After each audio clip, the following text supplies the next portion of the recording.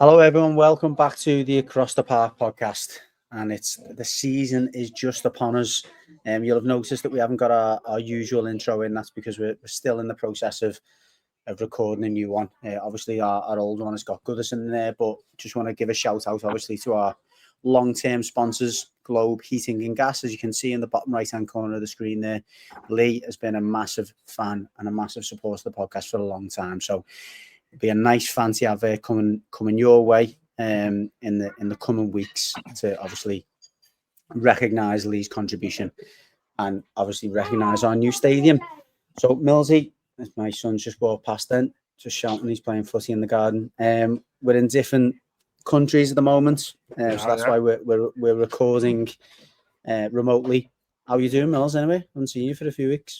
I'm good, mate. Yeah, it's all good. I'm over here in Poland, and Crosby looks nice. Looks very nice in Crosby. Poland. All good. I know you're having a nice family break. Cheers. You're having a nice family break in Spain. So yeah, life's good here, mate. We've had a nice bit of warm weather here. It's I've got the new house, which I'm in and out of, trying to decorate. I think your amazing dad has helped me with a couple of things in there as well. He's been down, so I think we might need an additional sponsor soon. He's actually here now, so that's the work stopped. It has stopped, yeah. But no, all good. How are you finding your summer in Spain? Brilliant. Yeah, I'm dreading coming back. So I'm back on Monday, back in work Tuesday. So yeah, dreading coming back, but looking forward to obviously getting along to the first game of Bramley-Moore in 10 days' time ish. So you're back Monday, just in time for the Harrison assist, Calvert-Lewin goal. Well, I'm not. I'll be flying when the second half kicks off. So we'll see the first half in the airport, but we're in the air during the second half. So I might miss that dramatic late winner from Dominic Calvert-Lewin, which is inevitable. But anyway, before we get onto that, Millsy, I just want to start with looking back at the test event, the final test event against Roma. Obviously, quite a significant fixture for our new owners, as they also own Roma, and then we had the Legends game after it. I know you took Hattie along. Yeah, that's right. Talk us through it, mate. Obviously, it was a lot. It was a full house for the first time at the Hill Dickinson Stadium. How did you find it? Look, and the club. I think it's important to say that any negatives that we talk about here, the club have asked for feedback. It was a test event. The club have asked specifically, can you feedback your experience? So I'm going to give you some good. I'm going to give you some not so good. And I don't want this to be a criticism. On that note, then, can I just suggest any comments? Look, obviously, we've got a lot of listeners who have gone the game, a lot of viewers, subscribers. Please comment if you had any specific feedback that you want us to pass on to the club. But go on, Mills, without further ado. Yeah, look, it's I might relate to some people who go with little children or who are going to go with little children. So my youngest, as Judgy pointed out, my little girl, she's 3.5, and it was her first game. So my routine was very, very different. I wasn't going to do the public transport. I wasn't going to do the new bars that have popped up on Regent Roads, which did look brilliant when I walked past. They looked like the guys down there have done a really good job getting those bars. My plan was to get there early, to get the videos, to get the photos, to sneak a pint in, to make sure she got her dinner, and just to enjoy the day. And all that happened. We got in. I got in there about 1:30. The fan plaza was rammed. It was rammed, and that's not a bad thing. But I think what comes with that is Everton need to put a few more facilities on. Every toilet cubicle, the portable toilets was busy. Julia Bowles on the fan zone, that was busy. The hot dog van, it was busy. So I decided to go straight into the ground. One thing I will say is the outside of the ground and then the inside of the ground of the bowl is unbelievable. Now, the middle bit, the concourse, there is work to be done there. They haven't got that. They haven't got that right for a number of reasons. So outside was great. Inside the stadium itself, you've been there, was unbelievable. It just when the sun was shining on it, and the Z cars and the acoustics hit, all that was great. It was more the concourse area that was the problem. It's like concrete, in it. It's still like concrete dust everywhere. They're obviously still doing work. So my little girl was standing on a seat, and when she was back on the floor. There was concrete dust marks. My shorts were full of it. So you'd like to think that'll be ironed out once, but the work that they're still doing in there, and which they are doing, by the way, there was areas there which you could see, do not go near it because there's work still being done. Look, what I do think they've got wrong is the pricing. The prices are just astronomical. It was 11 quid for a hot dog, 12 quid for chicken 11 Dijon, for a hot dog. £11 for a hot dog. Oh my god! It was Wow. £11 for chicken and chips. It was £7 for a pint of lager or a pint of cider. The blue donuts, which got tethered for being expensive at £3.50 at test event 1 and 2, was suddenly £6.50. Wow. The club are marketing these prices at event prices, at concert, FA Cup, final prices. And for me and you, we go 19 times a season, not including cup games. It's not an event for us. So I'd like to think that the prices. So I got Hattie a chicken and chips, and I got myself a pint of lager. I mean, you're talking 20 quid. That's got to be addressed. It has got. That's scandalous, that. Because what Everton have got, and I'm not going to say purposefully, but what they've got right, especially in this season, is because of where the area is, they can attract fans in early and they can attract fans who stay late. And as soon as you squeeze those fans on match day 1 and 2, they won't come back. They can't come back. They can't afford to come back. So stadium, acoustics, the view, amazing. Walking up to the stadium, special. They've got to get the price right to finish. They've got to finish whatever work they're doing in that concourse. They've got to finish it quick. And I mean, obviously, we've got a decent relationship with the club. You know, we speak to the fan advisory board. What's the dialogue there? You know, is that something that the club are reconsidering? Do you know that? I mean, well, I spoke to a couple of people this week. Now the fans forum have invited on social media. They invited feedback. Now Everton Football Club have emailed me because they know I went there, and I don't mean I mean the video of everyone who went there. So everyone who went there has got a feedback form. I loosely spoke to who we know at the club, and I fed back what my comments were. And like I said, what I heard back was it's being treated at the moment like an event. I don't know if that's the decision of the Friedkin Group, whether it's an outside commercial company, whether it's a combination of both. But what I have heard is they invite feedback, but the reasoning at the minute is to that stadium, and for at least this season, is an event, and it will be marketed at event prices, and I think that's got to change.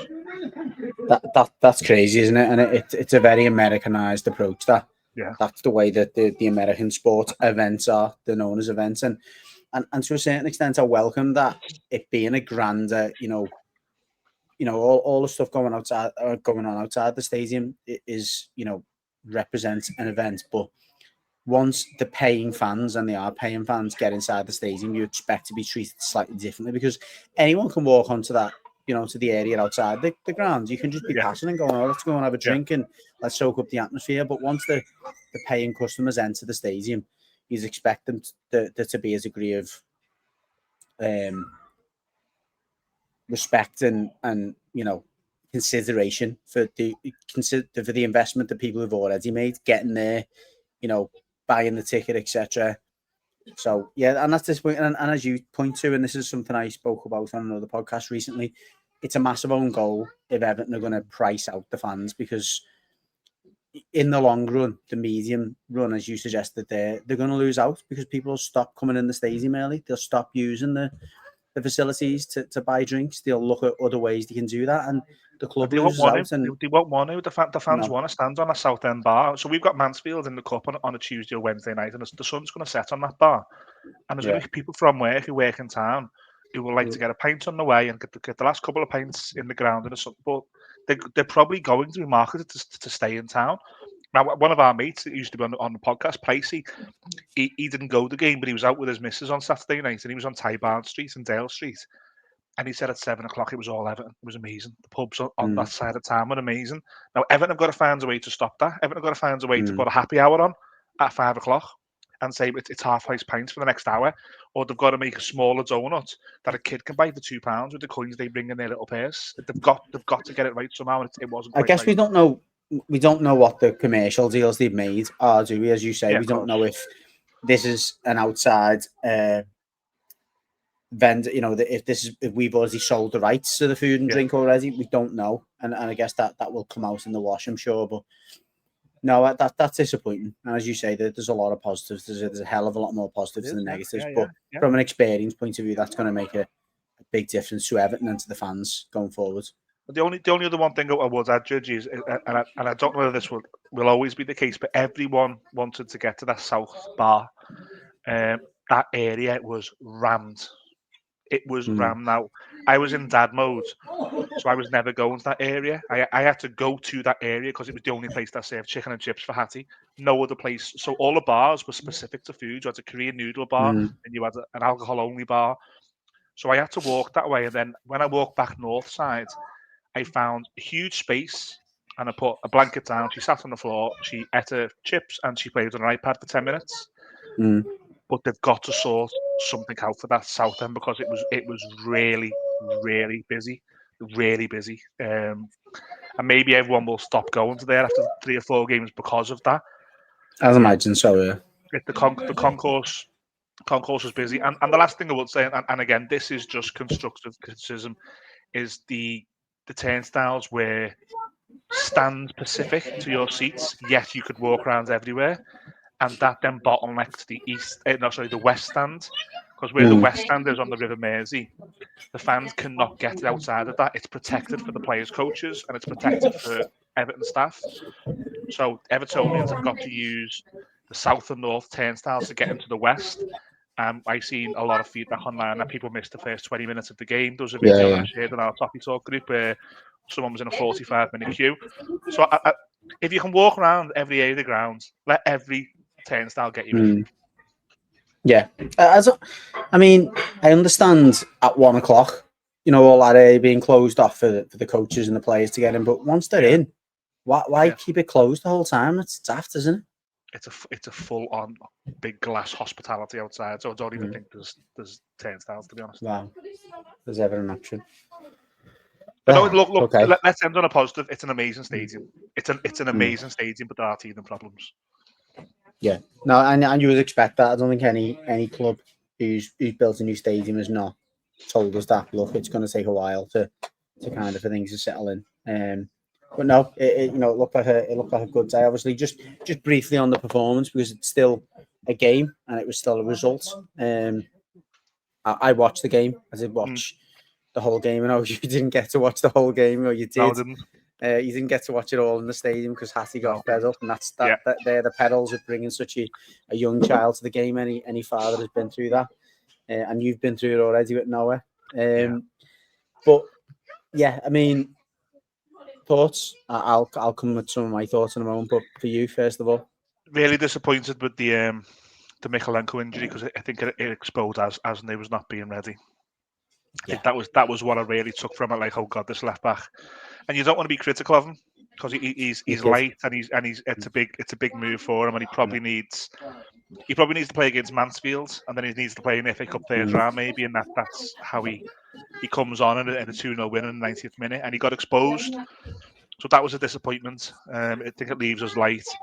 I thought Everton played okay. I think in the first half, Keenan Dewsbury Hall made a massive difference. The ball was like glue. It was literally glued to his feet. His touch and his control with the ball. He made a difference. I think James Garner looked better next to him.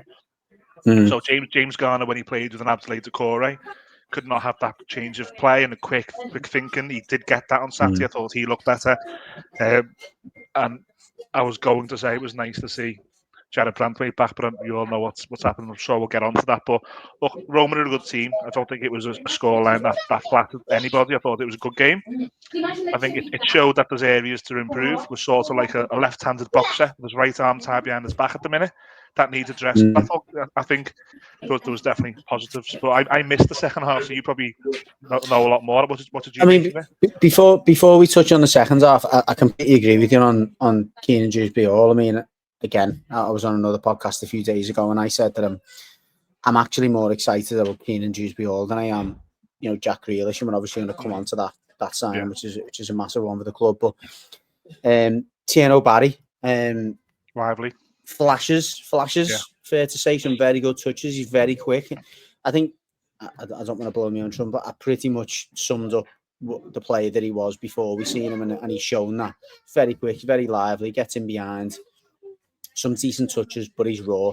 He's raw, and I think, there have been links with Artem Dovbyk, who you'd have seen for Roma, who I think is a much more accomplished and capable forward to lead that line. But he had a good chance, but it was good movement. I think what was encouraging, and you've seen some some quotes from Barry from training saying that he's enjoyed training with Keenan Dewsbury-Hall. You can see that he's got that vision and he'll find him with passes, and it was a good little move that he kind of messed up towards the end. But I think what we'll get from him, and I think where he's going to come into his own a little bit more is certainly when we play against teams that are going to play a higher line, because he will hurt teams with his pace, and he looks very lively. But like Asnu, I don't think he's ready right now to be playing week in, week out.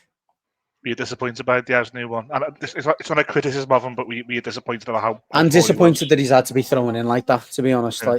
I think that's the most unfortunate thing, and Moyes would have been the same. He's a known he's not ready, and he's not, particularly Moyes is, I mean, we remember Leighton Baines being froze out for nearly a season because Moyes preferred Lescott, because Lescott was solid and Baines wasn't quite up to it from a defensive perspective. So if Leighton Baines is getting given time on the sidelines to learn and to develop, then Asnu is going to be no different. So I think what he'll have learned very quickly, and this is playing even against an Italian team, you don't get time on the ball to be dribbling inside the pitch and to be mucking about. So it was good actually that Roma applied such a high press and were so aggressive against them, because it maybe would have been a bit of a false sense of security for them. It's been hopefully. Sorry, I think it's been a bit of a disappointing pre-season results-wise, hasn't it? It's not. I mean, the signing this week, which we'll get into, as lit a fire in the fan base. But I think away from that, I think Keenan Dewsbury-Hall also was met with a lot of positivity from Evertonians, but the results haven't been there. Are you of opinion that it doesn't really matter, or? Yeah, absolutely. However, it matters when you've got all your players in early. The fact that we didn't have our players in early, it's like, well, you're just kicking a can down the road here, because it's not. Yeah. It doesn't mean anything. I think back to pre-seasons as a player, when I played when I was younger, and also as an Evertonian, you never take anything from pre-season. In my opinion, there's particularly results. It's all about getting minutes in the legs, being fit, and being as ready as you can be for that first game of the season, which we're obviously going to come on to in a moment. But the results I couldn't care less about. It's nice to see players, and it was nice to see Tieno Barry, because he didn't really play much at all in America. But it was good to see him get some minutes. But no, I don't really read into the results much whatsoever. But I know you're going to move on, but I just want to say, how great was it to see Peter Reid playing for Everton? Oh, class. Just a nice moment when he came on, and that game was brilliant. I thought it was really, really well done by Everton, and it was, it was great to see so many players coming back, and it was a nice touch, because we've said it ourselves. I don't think the club do enough for the ex-players. Actually, we're one of the better clubs. There's clubs that do worse than us, but I don't think there's enough occasions that those players are given the chance to come back and welcome with open arms. Visit the training facilities, train on that. That should be an annual thing, if not more often. Even in the international break, do something like that, because they all loved it, and you can see how much they loved it. They all loved putting the shirt on again, and they were made up wearing the training gear. They were made up being a Finch Farm, and yeah, it was a special moment that seeing Peter Reid run out, and you could see how proud he was. So well done. I thought it was, going back to the event itself, it was a well planned event and a perfect way to end that kind of testing period that we've gone through. And now we move into the serious stuff.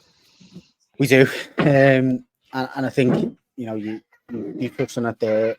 Bitterly disappointed to hear about the Jared Brandtwaite injury, because Killer. that's a sucker punch. Yeah. It Because sort of changes the narrative now, doesn't it, a little bit? Because if he was only missing for Leeds, okay, but we're here in 4 to 6 weeks.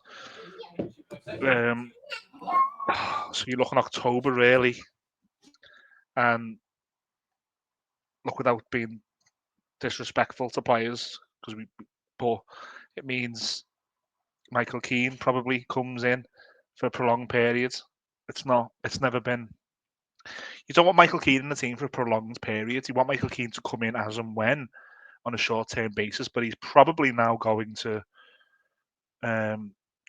play the first 7 or 8 games of the season, and I think that puts us at a little bit of a disadvantage, really. I think teams do target Keane when he plays. I said to you in our group, we're in 2025, and we're worried about playing Michael Keane. That shows the enormity of the work we had to do this summer, where we stuck by Keane. But it's a killer. It's a sucker punch, like you said, and it's put us on. I think it's put us on a little bit of the back foot going into the season.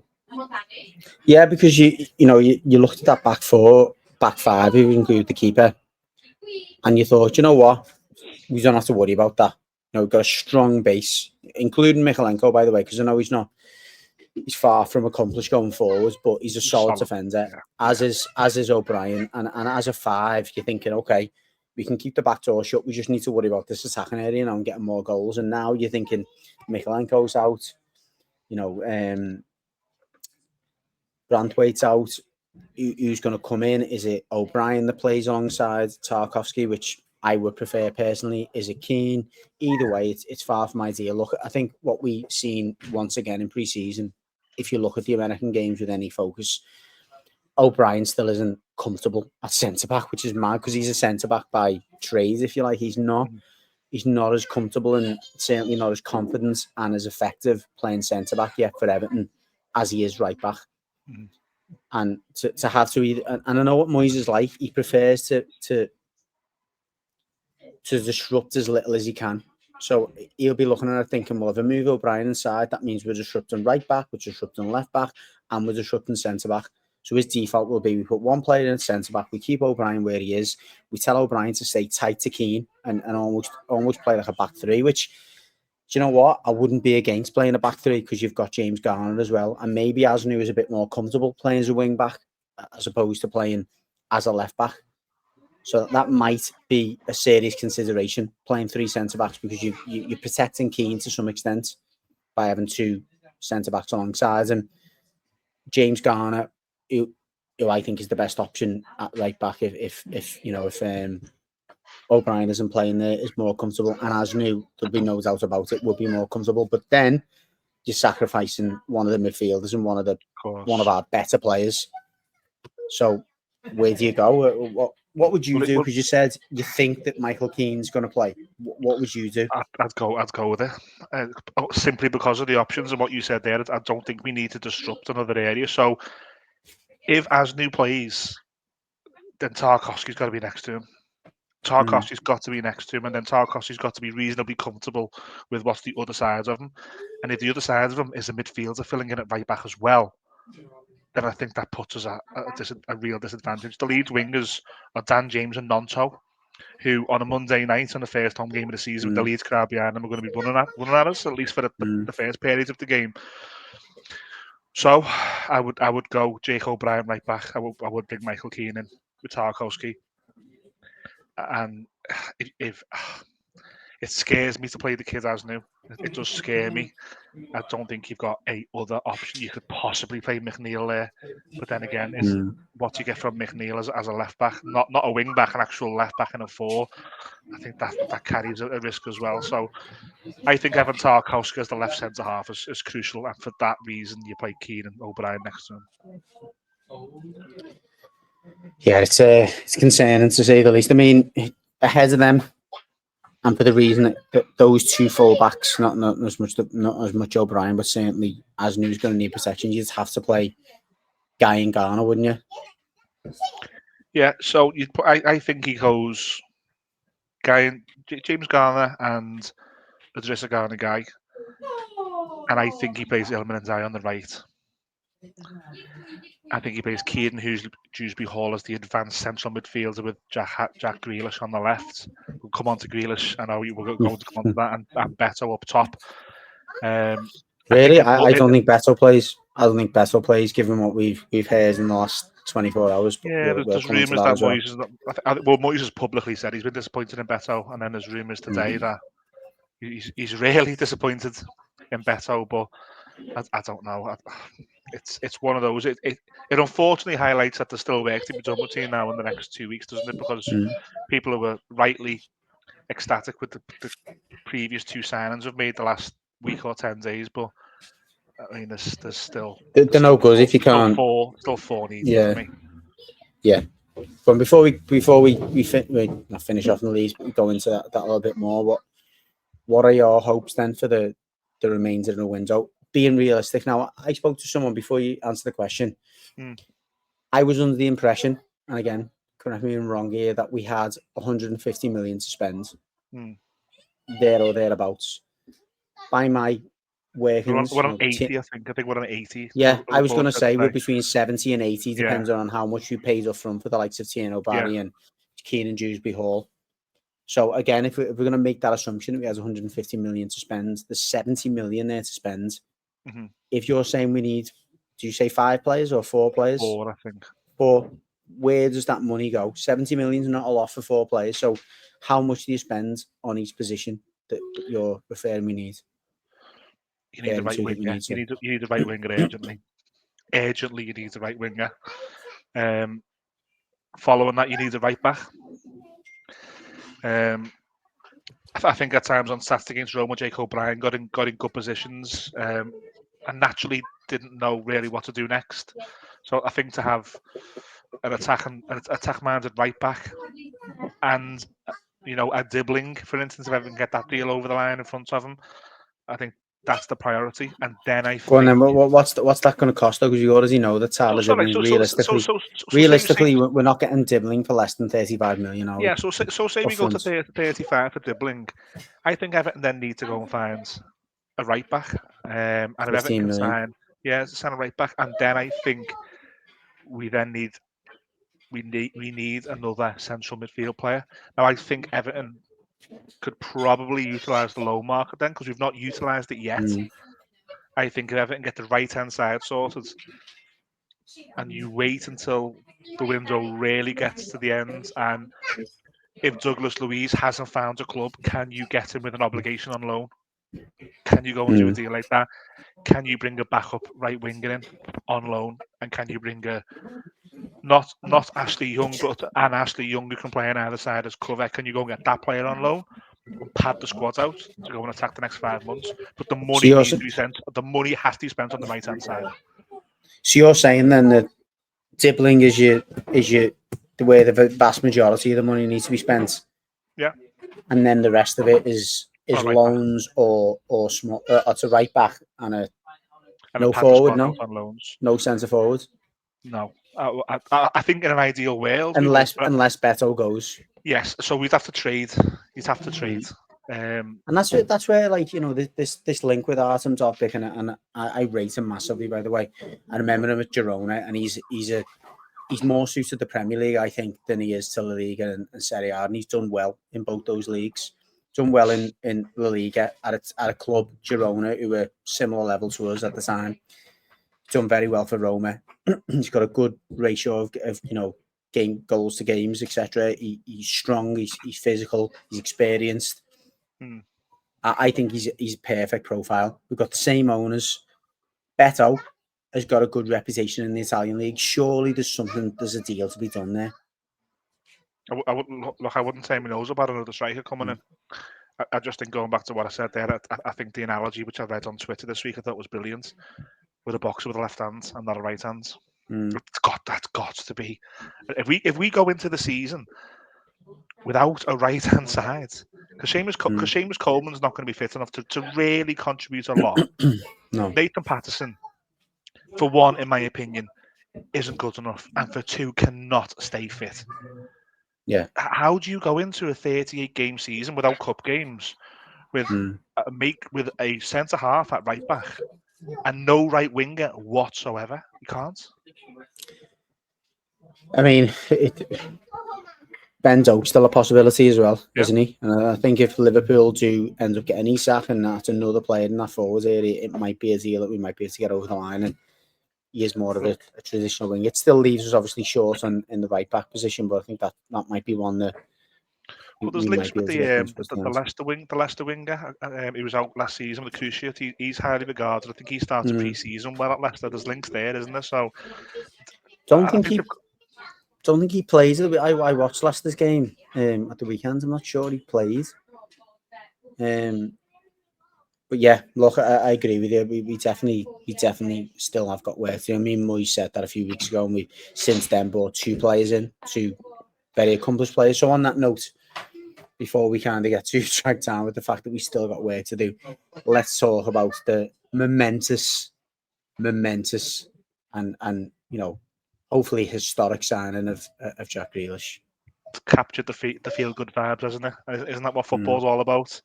Where fans are tweeting Everton saying, "Hurry up and announce it," because we just want to celebrate. Everyone knew it was done because a photo leaked, didn't it, on Monday morning of him with the Everton shirt on, and some fans got pictures with him at I think it was Newton the Willows Medical Centre. It was being done, and regarding the catastrophe, we knew that Jack Grealish was coming to Everton, but then there was that little tease video, wasn't there? Socks on or socks down, was it? When he put, Yeah, and then it was socks like down. 5 minute warning, and then he's done a great media. I think what I will say about Everton, They're getting better at that, aren't they? He's done well. I mean, the video of Jack Grealish at Bramley Moor, where Where they put that Jack Grealish on the screen. both screens had Jack Grealish, and the electronic sponsors that go round had welcome Jack, and he stood there and he'd done his media with the in-house team with a smile on his face. And there was then some photos that his partner put up. She blared the photo out of his little child, but he's got his child, and he must feel the love. And he mentioned that some Evertonians contacted him on social media, and I think he thanked them. He said, I thank you so much. I'm sure I'll do things for you. That is if you can get the Jack Grealish that me and you watched for the last 10 years playing for Everton like that, wow. Yeah, and you know what I'm most encouraged about, and this is more a spell at Villa, but he's shown it at times at Man City. He's a leader. He's someone who rolls his sleeves up. He's not someone who stay in the shadows. Obviously, at City, he's became more of a peripheral figure and someone who, fans have criticised Guardiola of just overcoaching him, and he's became someone who has to pass the ball. And he's not allowed to express himself. But what Jack Grealish doesn't shy away from is taking responsibility. And we've got too few players in the squad who take responsibility. We've got too few players who roll the sleeves up and go, you know what, I'm having this. Give me the ball. I'm going to make something happen. Yeah. I'm going to turn this game. I'm going to change this game. I'm going to push this team forward. We haven't got them players. And he is, without a doubt, one of them. And the things he's said, he's far from, shied away from, I'm going to take some time to get fit. He's like, no, I'm going to make an impact here. I'm going to give something back. I'm ready. Yeah. It's just great to hear that level of confidence and conviction from a player who we know, as you say, has got serious quality. Right, so I took my little boy. Obviously, the school holidays are in full force. I took my little boy out to play a little game of football in the park, and then the announcements came through about Grealish, and I gave him my phone, and I said, I purposely hadn't told him because I didn't want to build his hopes up. And I said, look at that. And he's like, who made that? Because he watches these YouTube shorts, where they're all like fake stuff. And I said, what do you mean? He went, is that on YouTube? And I said, no, that's Everton. And he went, Jack Grealish plays for Everton. And I was like, yeah. And he's like, oh my God. Go and transfer him. Can I get him on my shirt? And I was like, yeah, of course you can. And he went, oh my God, I'm going to go Jack Grealish right now. You get a goal, I'll shoot at you. And I watched him and I was like, there's so many 7-year-olds who are probably doing that now. And if we'd have announced, again, no disrespect, the return of Jack Harrison, you don't get that. You don't get that magic of being a football fan where big players come in and they change a fan base. They change the opinion of a fan base by signing. It was a bad window 2 weeks ago. He comes in with Kieran Dewsbury Hall. all of a sudden everyone's excited. They can't wait to see him. Literally, grown men cannot wait to go and see Jack Grealish play for Everton. That's what it's all about. It is. It's class, and I was as excited as those as Noah and everyone else. Honestly, genuinely am. Do you think it works out? Do you think it works out? Do you think he comes in and, for instance, he could be our player of the season? He's that good. I think all of the factors are in our favour. You know, it's a World Cup year.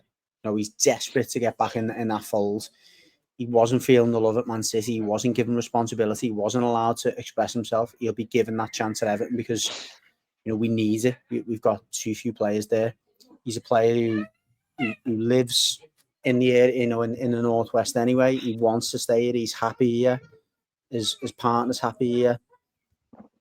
Honestly, I think he'll be desperate to prove himself and desperate to drag this club back to where it needs to be because he loves to be centre of attention. He loves to be the main man. No, I just imagine if we qualify for something, or God forbid we win something, he's got a bottle of champagne and he's yeah, exactly. So I think it does. I think it's the perfect marriage between the player and the club, and I just can't wait to see him on the pitch, to be honest. And it's been a while. It's been a while since. Well, I think Iliman Ndiaye does bring this, but it's been a while since you've got someone that you're on the edge of your seat, and you're like, when he gets the ball, it's going to be a bit like, oh, Everton are going to do something here. We haven't had enough of that for a long time now. Well, the combination between those three, I mean, we've seen, you mentioned before, Keenan Dewsbury, all, you know, balls glued to his feet. Those three. If they're the 8, the 10, and the 11, then wow. The serious, the proper players, then players, and that's why I'm desperate for us to get a forward in. I know he's going to take some chances because it'll just be a waste. But the only other thing I said caveat that with is it maybe going to be one of them seasons where we have to spread the goals around, and it's more of a David Moyes West Ham team where you've got your Jared Bowens and, you know, other players who are scoring the goals and not necessarily in Mikel Antonio or your number 9, and that could be what we have to do. But listen, I'd take that. You said to me last season, there you 3 behind the forwards, and they're going to be chipping in with the goals. Then I'd definitely take that. You sound like you've got a hungry house behind you. They're all waiting to get fed. I think so. Yeah, I think so. the circling. Before we go, Mills, obviously, first game of the season coming up Monday night. I know we've joked about the whole Calvert-Lewin possibility. What's your prediction? I can't wait. Honestly, I can't wait to watch it. And the Brandwaite injury and the Michalenko injury has took a little bit away from that. But I just can't wait. And I'm going back to, I know we were locked out, but I remember we played Tottenham in lockdown, the first game of the season.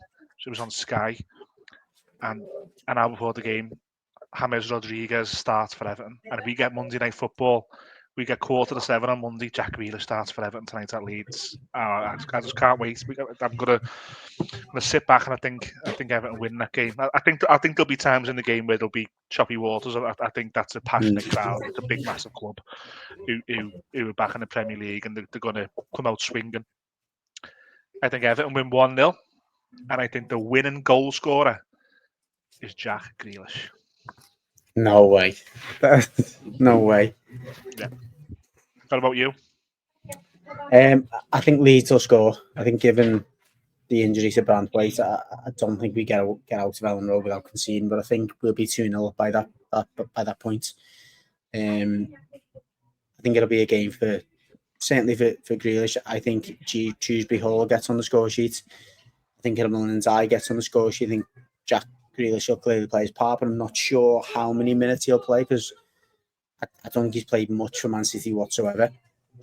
I really hope he starts because I think it'll be great for him and the club, but I'm not sure whether he might have to settle for an appearance off the bench. So I'm going to go with the players who I think will absolutely start, and they'll also be Keenan Dewsbury Hall and Ndiaye.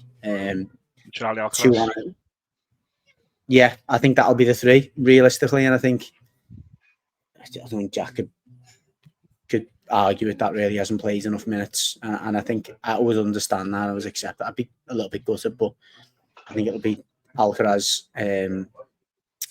probably on the right hand side, the Yeah. makeshift right hand side, and Dye on the left and Keane and Dewsbury all in front of it. And I think maybe in the first half, particularly, he might have just tuck in a bit more and playing between Guy and Garner just to keep us solid and keep us in the game. But I think we've got more than enough to beat Leeds on Monday. Up the toffees, eh? Up the toffees. The toffees. Great to be back, mate, and obviously looking forward to face to face in the studio. And we've got some news to come on that front as well. So I didn't think Millsy knows the news on this, but yeah, we've got some news coming in terms of our new home for next season. We're going to visit it next week. So just to behind the scenes, do you know how Judgy treats me on this podcast? It's how he treats his wife at Christmas. Everything's a big surprise. It just turn up and it's done. And he does it for my reaction, which I absolutely love. I appreciate it. But he also knows that I sit here having sleepless nights wondering what the hell's going on. So I'm sure you do it for that reason, yeah. Maybe, yeah. It's going to be like an Everton signing announcement. I can't wait, mate. I'm looking forward. I'm looking forward to this season. I'm looking forward to this season doing Across the Park podcast. I know we've got some big things planned. I'm looking forward to Bramley Moore. I'm looking forward to this. This is the reset we've waited half a decade for. It's here. That's it, mate. You said it. Couldn't say any better. And it's a massive season for the club, obviously in the new season, but it's also a big season for us as a podcast. And again, we do appreciate everyone's support. We know it's been quiet over the summer. Anyone who's followed us for a long enough time knows that's always the case. We don't want to just bring us two chatting about nothing. We want it to be meaningful, and we want it to be impactful, and hoping that we'll bring more of that this coming season. Once again, massive thank you to Globe Heating and Gas, Lee. Hope you're listening, mate, and we look forward to supporting your business as you've supported the podcast as much as you can this season. And again, thanks for everyone. If you haven't subscribed already, you must be mad. But please do. It's only that little thing. I mean, you hear it from all these YouTubers that our kids watch. Like and subscribe every 2 minutes. We don't say that, but please just subscribe because it does help. But until next time, please enjoy the first game of the season. I'm sure you'll be watching it, and hopefully the Blues bring it home. And then we look forward to the first home game in around 10 days' time against Brighton. And boys are going to be a big one. But until then, thanks everyone, and as always, up the toffees.